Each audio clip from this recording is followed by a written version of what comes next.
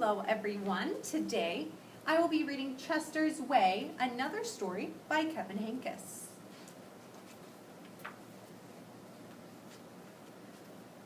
Chester had his own way of doing things. Hello, my name is Chester. I like croquet and peanut butter and making my bed. He always cut his sandwiches diagonally. He always got out of bed on the same side, and he never left the house without double knotting his shoes. Chester always had the same things for breakfast: toast with jam and peanut butter, and he always carried a miniature first aid kit in his back pocket, just in case. "You definitely have a mind of your own," said Chester's mother. "That's one way to put it," said Chester's father. Chester's best friend Wilson was exactly the same way. That's why they were best friends.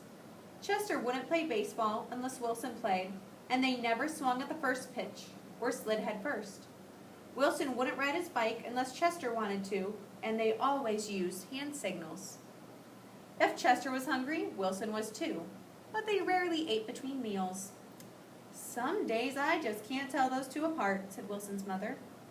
"Me either," said Wilson's father. Chester and Wilson, Wilson and Chester. That's just the way it was. They loved to go on picnics. Once, when Wilson accidentally swallowed a watermelon seed and cried because he was afraid that a watermelon plant would grow inside of him, Chester swallowed one too. "Don't worry," said Chester. "Now if you grow a watermelon, I'll grow one too." Chester duplicated his Christmas list every year and gave a copy to Wilson because they always wanted the same things anyway. For Halloween, they always dressed as things that went together: salt and pepper, 2 mittens on a string, ham and eggs. "They really are 2 peas in a pod," said Chester's mother. "It sure looks like it," said Chester's father.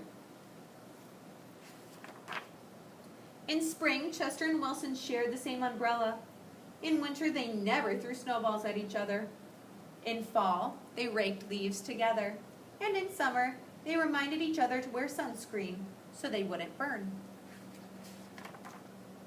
Chester and Wilson, Wilson and Chester. That's the way it was. And then Lily moved into the neighborhood.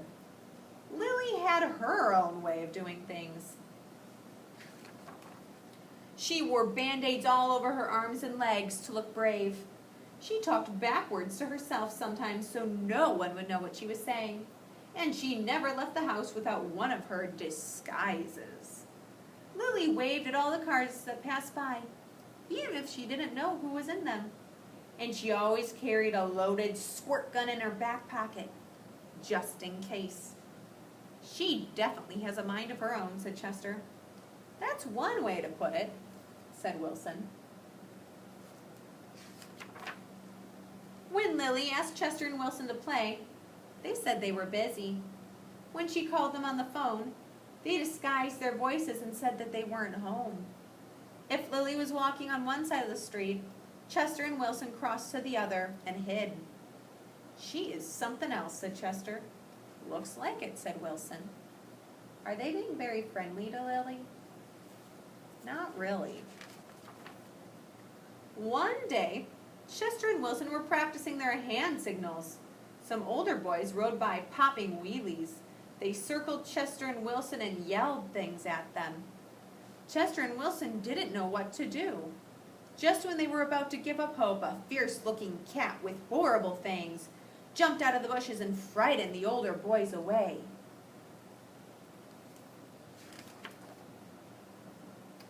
"Are you who I think you are?" Chester asked the cat.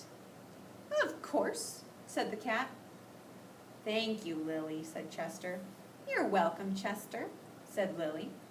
"Thank you, Lily," said Wilson. "You're welcome, Wilson," said Lily. "I'm glad you were wearing a disguise," said Chester. "And I'm glad you had your squirt gun," said Wilson. "I always do," said Lily, "just in case." Afterward, Chester invited Lily over for lunch. "You have a Muscle Mouse cup," said Lily.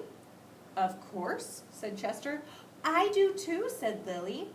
"Same here," said Wilson. Chester and Wilson cut their sandwiches diagonally, and Lily asked Chester's mother if she had cookie cutters, and she made stars and flowers and bells. "That's neat," said Chester. "Wow," said Wilson. That night, Lily invited Chester and Wilson to sleep over. "You have a nightlight?" said Chester. "Of course," said Lily. "I do too," said Chester. "Same here," said Wilson. Chester and Wilson wanted toast with jam and peanut butter for breakfast the next morning. "Boring," said Lily. "Try this instead." "Wow, this is good," said Chester. "Wow," said Wilson. After that, when Lily asked Chester and Wilson to play, they said yes. When she called them up on the phone, they had nice conversations. And if Lily was walking on one side of the street, Chester and Wilson waved and ran to catch up with her. Chester and Wilson taught Lily hand signals, and she taught them how to pop wheelies. Lily taught Chester and Wilson how to talk backwards, and they taught her how to double knot her shoes. "Some days I can't tell those three apart," said Lily's mother. "Me either," said Lily's father.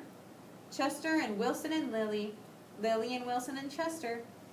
That's the way it was. For Halloween, they dressed as the three blind mice. For Christmas, Lily gave Chester and Wilson nifty disguises, and they gave her a box of multicolored shoelaces, extra long for double knotting. They loved to go on picnics. When Chester and Wilson told Lily about how they had each swallowed a watermelon seed once, she swallowed 3 of them. "I'll grow a watermelon plant for each of us," she said. In spring, Chester and Wilson and Lily shared the same umbrella. In winter, they never threw snowballs at each other. In the fall, they raked leaves together. And in summer, they reminded each other to wear sunscreen so they wouldn't burn. Chester and Wilson and Lily, Lily and Wilson and Chester. That's the way it was. And then Victor moved into the neighborhood. The end. Thank you for listening to Chester's Way. Bye.